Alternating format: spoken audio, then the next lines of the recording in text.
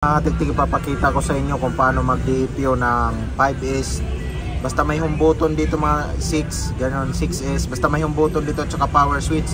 So dapat naka-open na yung trio tools natin para makita natin na na-DPO na siya. So ganito gagawin nyo, long press nyo yung home button pati yung power switch hanggang sa mag-off. Pag na-off yung screen, magbilang ka ng 3 seconds. 1, 2, 3, bitawan yung power switch. Continue pag-hold dito sa home button hanggang sa may lumabas doon mga katiktik na DPO mode. Ayun. So ito, ibababa na natin to mga katiktik. Ayan o, DPO mode na po yung nakalagay dito sa ating trio tools. Ayan.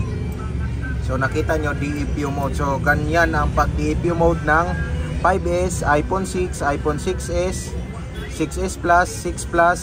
Yun, ganyan ang pag-DPO niya mga katiktik. So naway may nakuha kang idea dito mga tiktik, huwag kalimutan mag-like at syempre mag-subscribe na rin sa ating channel.